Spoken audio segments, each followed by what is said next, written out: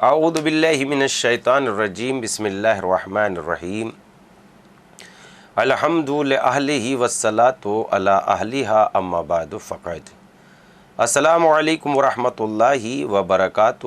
آؤ کتاب پڑھیں۔ اس پروگرام میں المراجعات کا ترجمہ مذہب اہل بیت علیہم السلام پیش کرنے کی سعادت حاصل کر رہے ہیں، جس میں ہماری گفتگو خط نمبر 44 تک مکمل ہو چکی تھی، یعنی 44 تک۔ آج ہماری گفتگو کا آغاز ہوگا انشاءاللہ خط نمبر 45 اور پیج نمبر 529 سے۔ عذر و معذرت کے لغو ہونے کا اعتراف بقیہ مورد کے متعلق استفتاء یعنی سوال۔ آپ نے معذرت کرنے والوں کے تمام راہیں کاٹ دی ہیں اور ان پر تمام راستے بند کر دیے ہیں، اور ان کے اغراض کے درمیان دیوار کھڑی کر دی ہے۔ جو کچھ آپ نے بیان فرمایا اس میں کسی شک و شبے کی گنجائش باقی نہ رہی۔ آپ اپنا سلسلہ بیان جاری رکھیے اور ان تمام مواقعوں کا ذکر فرمائیے جہاں صحابہ نے نصوص پر عمل نہ کیا اور من مانی تاویلیں کی ہے۔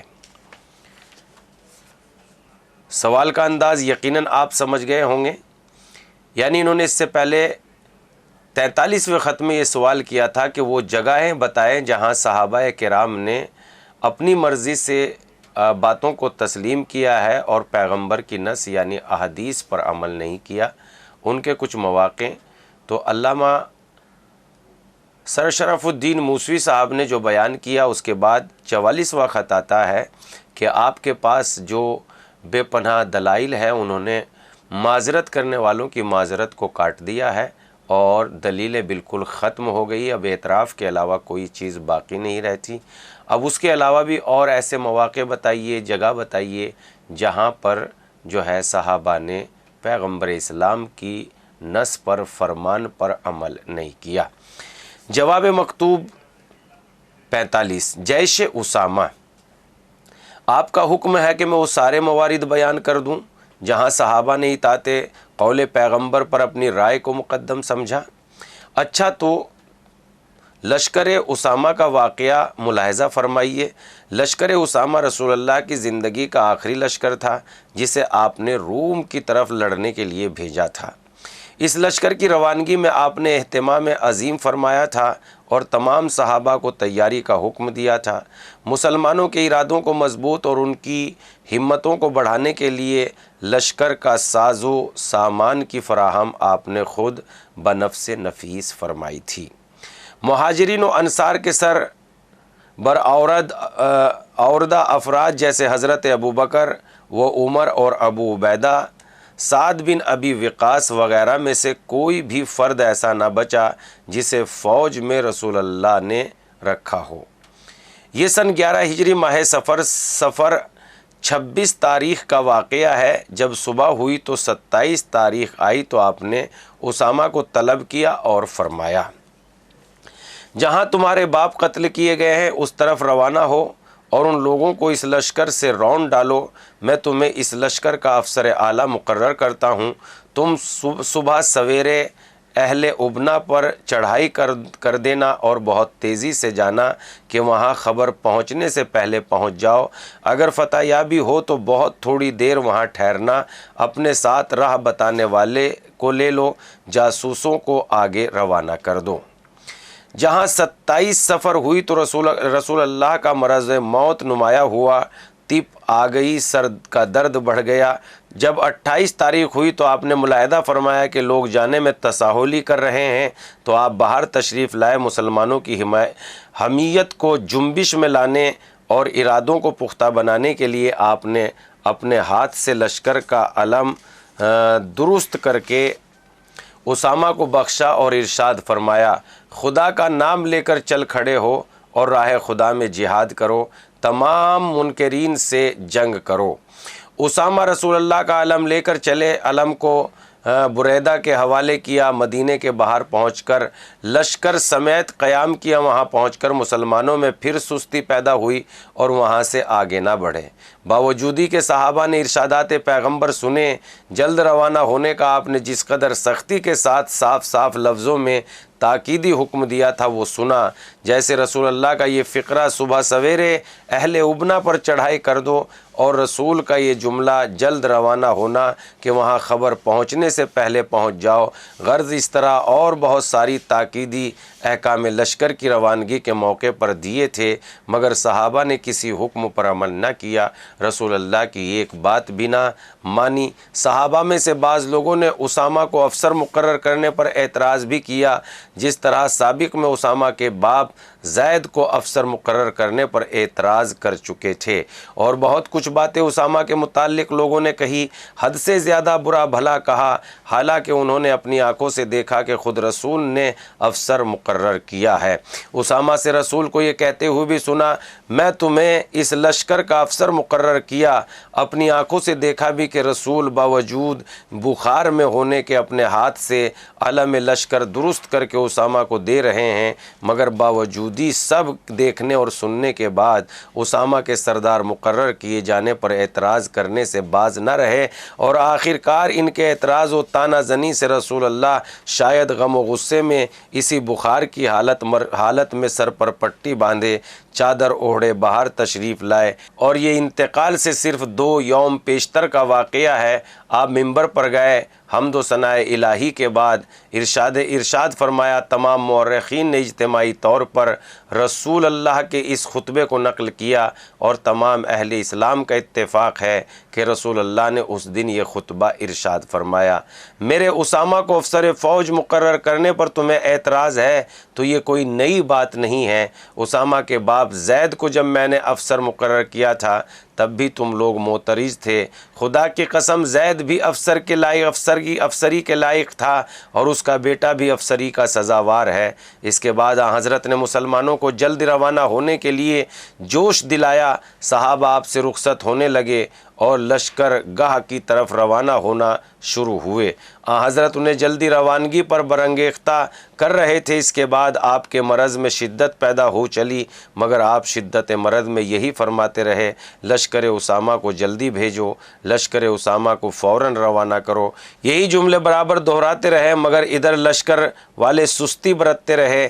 جب اور ٹائم گزر گیا تو صبح ہوئی تو اسامہ لشکرگاہ سے رسول کی خدمت میں پہنچے۔ رسول نے فوراً روانگی کا انہیں حکم دیا، ارشاد فرمایا، خدا کی برکتوں کے ساتھ سویرے روانہ ہو جاؤ۔ اسامہ نے رسول اللہ کو رخصت کیا اور لشکرگاہ کی طرف واپس ہوئے، پھر پلٹے اور ان کے ساتھ حضرت عمر اور ابو عبیدہ تھے۔ یہ لوگ رسول اللہ کے پاس جا پہنچے۔ اس وقت حضرت کا دم واپسی تھا اور اس دن آپ نے دنیا سے انتقال فرمایا۔ رسول اللہ کے انتقال کے بعد علم سمیت لشکر بھی مدینے میں واپس آ گیا۔ جب حضرت ابوبکر خلیفہ ہو گئے تو اس وقت بھی لوگوں نے چاہا کہ لشکر کی روانگی ملتوی کر دی جائے۔ اس کے متعلق حضرت عمر سے لوگوں نے گفتگو کی اور بڑا شدید اصرار کیا، باوجود کہ وہ اپنی آنکھوں سے لشکر کی روانگی میں رسول اللہ کا اہتمام دیکھ چکے تھے۔ جلدی جانے کے متعلق فوراً لشکر روانہ ہونے کے لیے مسلسل پیغمبر جو تاکیدیں دے رہے تھے اسے بھی سن رہے تھے۔ خود بنفس نفیس پیغمبر کا لشکر کا ساز و سامان فراہم کرنا، بحالت طب اپنے ہاتھ سے علم لشکر سنوار کر اسامہ کے ہاتھ میں دینا، یہ سب ان کی آنکھوں کے سامنے کی بات تھی، مگر ان کی انتہائی کوششیں یہی رہی کہ کسی طرح لشکر کی روانگی روک دی جائے۔ اگر حضرت ابوبکر نہ ہوتے تو لشکر بلا لینے اور رایت لشکر کھول دینے پر وہ سب تل چکے تھے، مگر خود حضرت ابوبکر نے انکار کر دیا۔ جب ان لوگوں نے دیکھا کہ لشکر بھیجنے پر ابوبکر تلے بیٹھے ہیں تو حضرت عمر ابوبکر کے پاس آئے اور بزبان انصاران سے درخواست کی کہ اسامہ کو معزول کر کے کسی اور کو افسر مقرر کیا جائے۔ حالانکہ زیادہ دن نہیں گزرے تھے کہ اسی اسامہ کی افسری پر اعتراض کرنے کا حشر اپنی آنکھوں سے دیکھ چکے تھے، اور حضرت کا غیظ و غضب اسی کی وجہ سے بخار کی شدید تکلیف میں سر پر پٹی باندھے اور چادر اوڑھے ہوئے گھر سے باہر آنا، لڑکھڑاتی چال، ڈگمگاتے قدم، صدمے کی وجہ سے سنبھالا نہیں جاتا، آپ کا ممبر پر جانا، ٹھنڈی سانسیں بھرنا، اور فرمایا، اے لوگو، اسامہ کے افسر مقرر کرنے پر تم تم میں سے کچھ لوگوں کے قیل و قال کرنے کی یہ خبر مجھ تک پہنچی ہے، اگر آج تم اسامہ کے سردار مقرر کیے جانے پر معترض ہو تو کل اس کے باپ زید کے سردار لشکر مقرر کیے جانے پر معترض رہ چکے ہو۔ خدا کی قسم زید بھی افسری کے لائق تھا اور اس کا بیٹا اسامہ بھی افسری کے لائق تھا۔ رسول اللہ نے قسم کے ذریعے ان جملہ اسمیہ اور لام تاکید کے ذریعے اپنے حکم کی پوری تاکید کی تاکہ لوگ اعتراض سے باز رہیں، قیل و قال نہ کریں، مگر افسوس رسول اللہ کی یہ تمنا پوری نہ ہوئی۔ رسول اللہ کے جیتے جی بھی اسامہ کی ماتحتی نہ قبول کی اور رسول اللہ کے بعد حضرت عمر سے خواستگاری کی گئی کہ اسامہ کو ہٹا کر کسی دوسرے کو افسر مقرر کر دیا جائے، لیکن حضرت ابو بکر نے ان لوگوں میں سے اس کی درخواست اسی طرح ٹھکرا دیا جس طرح لشکر کی روانگی کو ملتوی کر دینے کی درخواست کو ٹھکرا دی تھی۔ آپ نے لپک کر حضرت عمر کی داڑھی پکڑی اور کہا، تمہاری ماں تمہارے ماتم میں بیٹھے، ستیہ ناس ہو تمہارا اے خطاب کے بیٹے، رسول اللہ تو اسامہ کو افسر مقرر کرے اور تم مجھے حکم دیتے ہو کہ میں انہیں معزول کر دوں۔ جب لشکر روانہ ہوا تو 3000 سپاہی اسامہ لے کر چلے، جس میں 1000 سوار تھے، ایک اچھی خاصی تعداد صحابہ کی جنہیں خود رسول اللہ صلی اللہ علیہ وآلہ وسلم نے فوج میں رکھا تھا۔ اسامہ کے ساتھ جانے کا تاکیدی حکم دے دیا تھا، لشکر کے ہمراہ جانا تھا ناگہانی، حالانکہ رسالت مآب نے بڑی تاکیدی سے پہم فرمایا تھا، جیسا کہ علامہ شہرستانی کتاب الملل والنحل مقدمہ چہارم میں رقم تراز ہیں، اسامہ کا لشکر جلدی روانہ کرو، خدا لعنت کرے اس پر جو اسامہ کی ماتحتی سے گریز کرے۔ آپ سمجھ سکتے ہیں کہ صحابہ نے ابتداً رسول اللہ کی زندگی میں جانے میں تساہل ہی برتی تھی اور آخر میں رسول اللہ کے بعد جب آخر کار لشکر روانہ ہوا، ابھی تو لشکر کے ہمراہ جانے سے گریز کیا، فوج کے ساتھ نہ گئے اسی لیے تاکہ سیاست کے ستون استوار کر لیں۔ انہوں نے حکم رسول کی تعمیل پر سیاست کو ترجیح دی اور امور مملکت کا انتظام و انصراف مقدم کیا۔ رسول اللہ کے تاکیدی احکام پس پشت ڈالے۔ وہ سمجھتے تھے کہ ہماری سستی اور کاہلی کی بنا پر لشکر کے ساتھ نہ جانے کی وجہ سے لشکر کی روانگی ملتوی نہیں ہوگی۔ لشکر تو بہرحال جائے گا، چاہے وہ ہم جائیں یا نہ جائیں، لیکن اگر ہم محاذ جنگ پر رسول اللہ کے انتقال کے قبل ہی چلے گئے تو ہمارے آتے آتے خلافت کا مسئلہ طے ہو چکا ہوگا۔ اب تک خلافت کے لیے دل میں جو تمنائیں پرورش پا رہی تھی ان کا خون ہو جائے گا، ساری امیدیں خاک میں مل جائیں گی اور ہمیشہ کے لیے خلافت سے محروم ہو جائیں گے۔ حضرت سرور کائنات چاہتے تھے کہ مدینہ ان لوگوں سے خالی ہو جائے تاکہ ان کی عدم موجودگی میں امیر المومنین کی خلافت کے لیے کوئی رکاوٹ باقی نہ رہے اور سکون و اطمینان کے ساتھ بغیر کسی اختلاف و نزاع کے امیر المومنین کے تخت خلافت پر متمکن ہو جائے۔ جب صحابہ جنگ سے پلٹیں گے اور یہاں خلافت کا معاملہ طے ہو چکا ہوگا، بیعت ہو چکی ہوگی، تو پھر نزاع و اختلاف کا انہیں کوئی موقع ہی نہ باقی رہے گا۔ اسامہ کو جب وہ 17 برس کے سن کے تھے، افسر مقرر کرنے میں آپ کی یہ مصلحت تھی کہ بعض لوگوں کی گردن ذرا جھنجھوڑ دی جائے کہ سرکش ہستیوں کو ان کی سرکشی کا مزہ چکھا دیا جائے۔ نیز اگر ان سے ملتا جلتا واقعہ پیش آئے، آپ کسی شخص کو امیر مقرر فرمائے جو سن میں بڑے بوڑھے صحابیوں سے کم ہو تو بڑائی کہ لینے والوں کی طرف سے کسی نزاع کا خدشہ باقی نہ رہے۔ لیکن یہ صحابہ رسول کی تدبیروں کو سمجھ گئے کہ لہذا انہوں نے اسامہ کی افسر مقرر کرنے پر اعتراض کرنا شروع کیے۔